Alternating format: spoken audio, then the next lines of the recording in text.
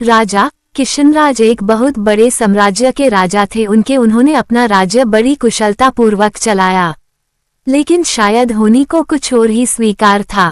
राजा किशनराज का निधन आकस्मिक हो गया, तो उनके एक लौते पुत्र सभ्यराज को उनकी गद्दी दी गई। नौजवान राजा आखिर था तो किशनराज का ही पुत्र, वो भी अपने पिता की तरह बहुत ही प्रतिभाशाली था। उसने कुछ ही समय में राज्य की सारी बागडोर अच्छे से संभाल ली। राजा की मां यानी किशनराज की पत्नी पहले ही स्वर्ग सिधार चुकी थी। राजा अपने पिता की एक लौती संतान था और अब उनके माता और पिता दोनों ही नहीं थे। समय समय पर राजा का राज्य के सबसे पुराने और वफादार मंत्री काशीराम मार्गदर्शन किया करते थे और राजा अपने राज्य के सबसे पुराने मंत्री काशीराम को ही सब कुछ मानता था। एक दिन काशीराम ने राजा को अब विवाह करने की सलाह दी।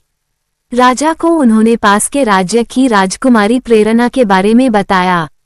कहा कि प्रेरणा बहुत ही गुणवती और संस्कारी है, साथ ही समझदार भी, आपके साथ इस राज्य को चलाने में भी आपको बहुत सहयोग करेगी। राजा ने पहले कुछ समय तक मना किया, लेकिन लड़की और उनके परिवार के बारे में सुनकर राजा ने उनकी बात मान ली। राजकुमारी और उनके परिवार वाले पहले ही राजा से बहुत प्रभावित थे, इसलिए वो विवाह के लिए तैयार थे। आखिरी ऐसे राजा से शादी कौन नहीं करना चाहेगा। बड़ी धूमधाम के साथ राजा की शादी हो गई। शादी के बाद प्रेरणा इस राज्य में आ गई। राजा प्रेरणा की सुंदरता के साथ उनकी समझदारी का भी बहुत बड़ा प्रशंसक बन गया। ऐसी कई बातें थी जो राजा बल से नहीं हल कर सकता, उसे प्रेरणा अपनी सूझबूझ से सुलझा देती थी। राजा और रानी दोनों ही एक दूसरे को पाकर बहुत ही खुश थे। उन दोनों में प्रेम प्रगाढ़ था। ठीक 1 साल बाद रानी प्रेरणा गर्भवती हो गई। राजा और रानी दोनों अपनी पहली संतान के लिए बहुत खुश थे। भगवान का बहुत धन्यवाद दे रहे थे। राजा ने योजना बनाई थी कि उनकी संतान होने पर वो पूरे राज्य को निमंत्रण देंगे। आखिरकार वो दिन आ ही गया और रानी ने एक पुत्र को जन्म दिया। राजा और रानी की प्रसन्नता का कोई ठिकाना नहीं रहा, लेकिन ये खुशी ज्यादा देर तक नहीं टिक पाई। नवजात पुत्र कुछ ही घंटों में मर गया।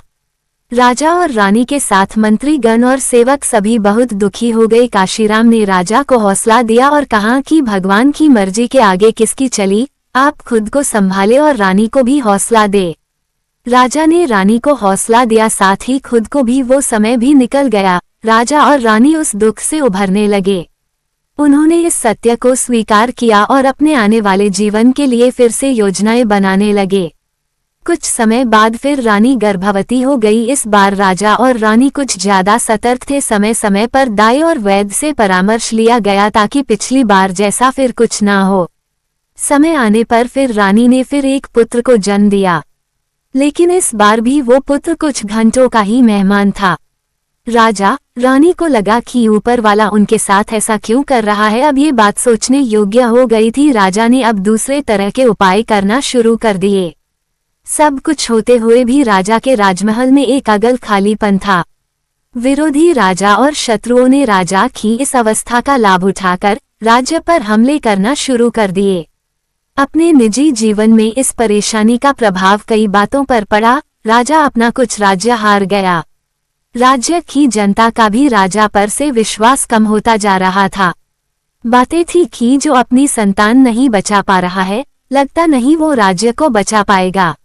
इन सारी समस्याओं के बीच रानी प्रेरणा अपने प्रयासों में लगी हुई थी। वो राज्य में ऐसे ही जा जाकर राज्य के वासियों से मिलने लगी। रानी क्या कर रही है ये किसी को पता नहीं था। फिर करीब 6 महीने बाद वो राजा को बोली कि अब हमारी संतान की मृत्यु नहीं होगी, लेकिन उसके लिए आपको मेरी बात मानना पड़ेगी। राजा पहले ही जानता था कि रानी बुद्धिमान है और कहना मानना हमेशा ही उनके लिए अच्छा रहा है, इसलिए राजा झट से हाँ बोलते हुए बोला कि हाँ, आप जो बोले, जैसा बोले वैसा ही होगा। बताइए। रानी बोली, आज रात के बाद मैं अज्ञात जगह चली जाऊंगी और संतान प्राप्ति के बाद में उचित समय पर वापस आ जाऊंगी। आप मुझे ढूंढने का प्रयास मत कीजिएगा। राजा बोला, अज्ञात? यह आप क्या कर रही है? आप रानी होकर ऐसी बातें कर रही है, आप कहाँ रहेगी? रानी बोली कि अगर आपको हमारी संतान चाहिए तो आपको मेरी बात माननी पड़ेगी। राजा कुछ न कह सका। फिर रात में राजा जानता था कि वो अपनी रानी से अब पता नहीं कब मिल पाएगा। रात्रि के बाद सुबह जब राजा नींद से जागा तब रानी जा चुकी थी। काशीराम के द्वारा पूछे जाने पर राजा ने कहा कि प्रार्थना करें हम अपने इस प्रयास में सफल हो जाए। राजा को भरोसा था कि रानी जहां भी होंगी वो इतनी बुद्धिमान और समझदार है कि परिस्थितियों का सामना कर सकती है। साथ ही उसे ये भी विश्वास था कि रानी जो बोल के गई है वैसा ही होगा। उनकी संतान इस बार जीवित रहेगी, इसलिए राजा अब अपने विरोधियों से निपटने लगा। वो अब विश्वास से भरा था, जिसके कारण उसे इसके अच्छे परिणाम मिल रहे थे। फिर एक दिन अचानक लगभग 10 माह बाद ही एक सुबह रानी गोदी में बच्चा लिए आई। पुत्र था करीब 1 माह का। राजा की खुशी का ठिकाना नहीं रहा। राज्य भी उसने सभी को निमंत्रण भिजवा दिया गया। राजा ने रानी को धन्यवाद दिया, कहा यह आपने कैसे किया और हमसे क्या गलती हो रही थी। रानी बोली उचित समय पर आपको बता दूंगी। राजा अपने महल में नए मेहमान नन्हे राजकुमार के साथ बहुत खुशी जीवन व्यापन करने लगा। साथ ही राजा के राज्य का विस्तार होने लगा। लेकिन पुत्र के आने के बाद रानी में बहुत सारे बदलाव हुए। रानी अब पहले जैसी नहीं रही थी, ऐसा सोचना राजा का था। रानी राजा को अपने समीप भी नहीं आने देती थी, कुछ न कुछ कारण बताकर टाल देती थी। राजा के द्वारा पूछे जाने पर रानी कहती कि आपने कहा था जो मैं कहूंगी आप मानेंगे। ये भी हमारे पुत्र के जीवन लिए आवश्यक है। राजा का पुत्र अब 2 साल का हो गया। रानी का समीप न आने का प्रतिबंध अभी भी राजा के लिए वैसा का वैसा ही था। इतने समय के प्रतिबंध के चलते अब राजा के मन में कई विचार घर बनाने लगे। फिर एक दिन राजा को इस विचार ने पकड़ लिया कि शायद ये पुत्र उसका नहीं है, कमी शायद उसी में थी। रानी को ये पता चल गया, इसलिए रानी अब उसे अपने पास नहीं आने देती। अब उसे यह विचार हमेशा सताने लगा। अब हर बात और हंसने में वो अपने को अपमानित मान रहा था। राजा ने एक दिन रानी को पूछा कि आपने कहा था कि ये बच्चा कैसे जीवित रहा, आप बताएगी। रानी फिर बोली महाराज उचित समय आने दीजिए। राजा क्रोध में आ गया, बोला मैं कई दिनों आपके व्यवहार को देख रहा हूँ, आप कुछ बहुत ही बड़ी बात छिपा रही है। ये बच्चा किसका है, आप हमें सच बता दीजिए, हम आपको क्षमा कर देंगे। रानी को राजा के इस तरह के बर्ताव से अचरज हुआ। उन्होंने बोला ये बच्चा हमारा है, आप कैसी बातें कर रहे हैं। राजा बोला कि अगर आपने झूठ बोला या हमसे कुछ छिपाया जो हमें कहीं और से पता चला तो आपको और बच्चे को दोनों को दंड मिलेगा। रानी यह सुन क्रोध में आ गई और बोला महाराज आप किस तरह की बात कर रहे, बात अगर मेरी होती तो मैं चुप रहती, लेकिन आपने मेरे बच्चे के लिए बोला है और मैं यह बात सहन नहीं कर सकती। सच सुनने की हिम्मत है तो सुने।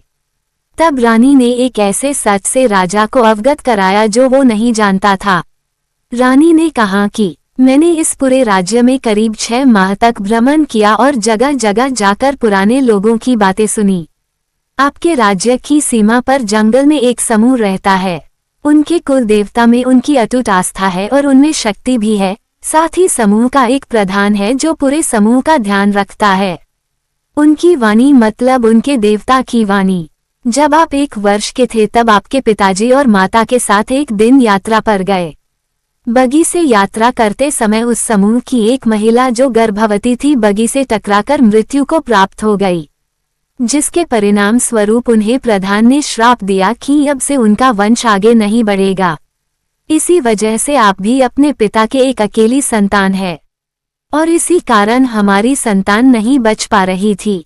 आपके यहाँ से जाने के बाद में वहाँ उन लोगों के साथ रही। शुरू में उन लोगों को मुझ पर क्रोध था, लेकिन फिर वो मेरी आस्था देखकर पिघलने लगे। मैंने देवता से प्रार्थना याचना की, लेकिन एक बार तीर कमान से निकल गया तो वापस नहीं आता।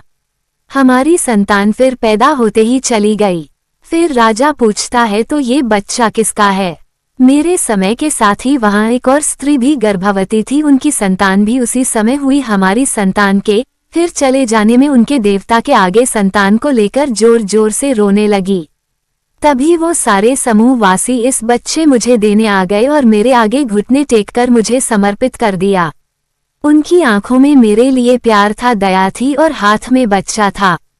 बस मुझे लगा कि अब हमें क्षमा मिल गई। नवजात को मैं कुछ दिन वहां रहने के बाद ले आई। आप अपना बच्चा न होने से कितने दुखी थे। उन लोगों की दया और महानता देखो, एक राजा को उन्होंने अपना बच्चा दे दिया, वो भी उस राजा को, पुत्र को, जिसने उन्हें चोट पहुंचाई थी। मुझे लगा कि इस बच्चे को जीवन भर अपार स्नेह देना ही हमारा प्रायश्चित है। राजा ये सब सुनकर कुछ बोलने लायक नहीं रहा, खुद को कोसने लगा। बोला, मैं तो आपके क्षमा के लायक भी नहीं हूँ। अपने परिवार की इस श्राप का पता मुझे नहीं लगा और आपने इतनी तपस्या की।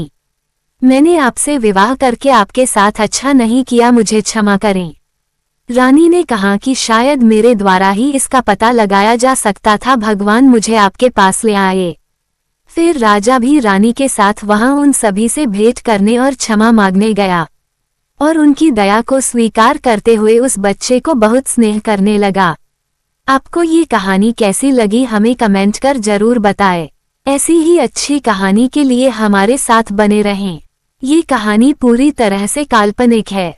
इसका उद्देश्य केवल मनोरंजन करना है। इसमें उपस्थित घटनाएं और बातें सब काल्पनिक है। इसे केवल मनोरंजन की तरह लिया जाए। पाठक अपने विवेक का उपयोग करें, केवल मनोरंजक की तरह लें। इसे गंभीरता से ना लिया जाए।